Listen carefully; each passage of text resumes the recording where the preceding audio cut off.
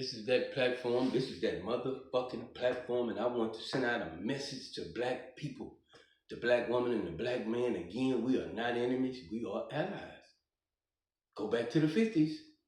Just do your research and see since integration, we have become enemies. And they got a lot of people on social media, a lot of people that have sprung up to try to cancel this fight that the black man and the black woman is having with each other. But you know, like two people fighting, and you try to come between it, they don't be trying to stop fighting. And then the black woman and the black man been fighting, trying to get up on each other, pointing the finger at each other for, who knows, 20, 30 years now. So it's going to be even harder to break that fight up. But here's something I want us to know.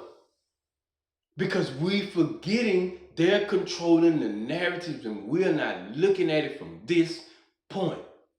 We was robbed of everything. It's like we forgetting this. We was robbed of every fucking thing. And this is why the black woman, like I seen Dr. Umar said, the black woman, and she has been taught to not take a chance with a nigga. She making a nice amount of money. Let's say she making $150K a year after taxes. She have been taught to not take a chance with a nigga that may be making $30,000, $40,000 a year. Or through experience she done learned, because I done talked to a lot of black women that said a problem they didn't have with men they didn't deal with. I'm taking care of this nigga. I'm paying all the bills and taking care of this nigga, and he out there fucking with other women.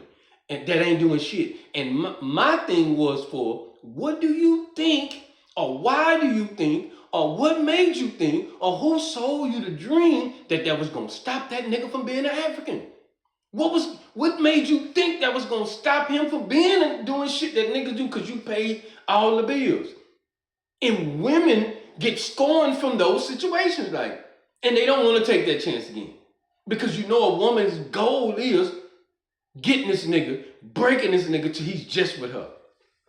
So we just forgetting the whole story that we've been robbed. And I see a lot on social media where the woman is complaining, saying about the lifestyle she want to live, but the black man is not giving her that. And she believing, you don't like me if you're not giving me this lifestyle. But let's face it, black women, a lot of y'all do be dating men that y'all have no intentions on fucking with.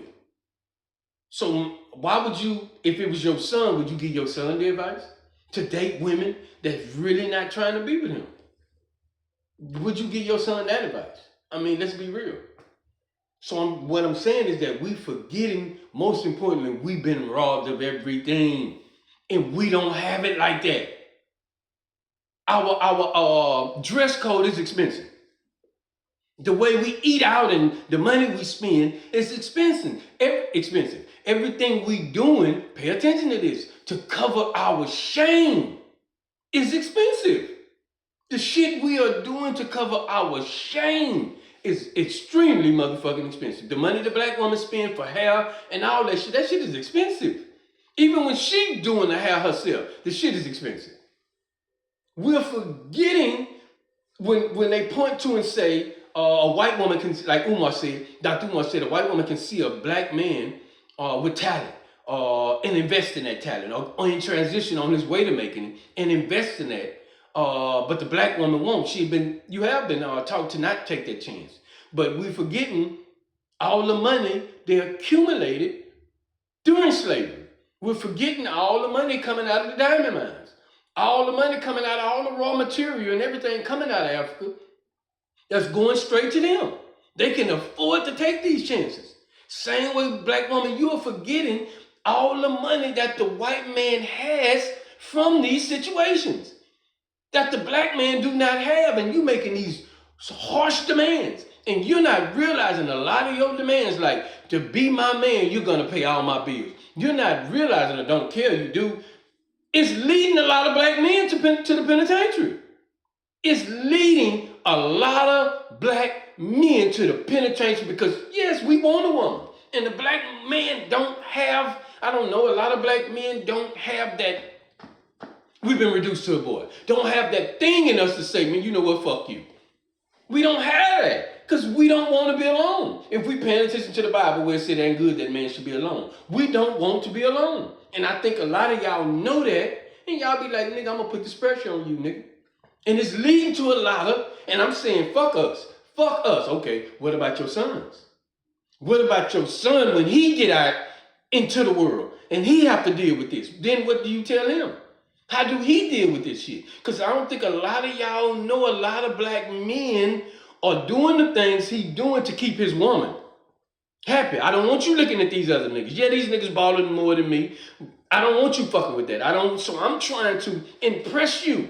You think the black man is trying to impress all these bitches? No. We're trying to impress that one woman we want. Same way with the woman. She's trying to impress that one nigga she want.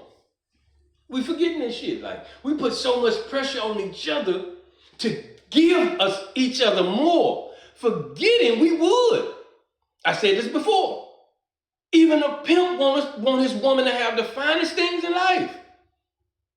So I'm a man, I know every man want to give his woman the finest things in life. But black men do not fucking have it the same way with the black woman. She want to give her nigga the finest things in life. She want to invest in her nigga. Nigga, yeah, I invest in you, nigga. I'm making $80K a year after taxes or whatever.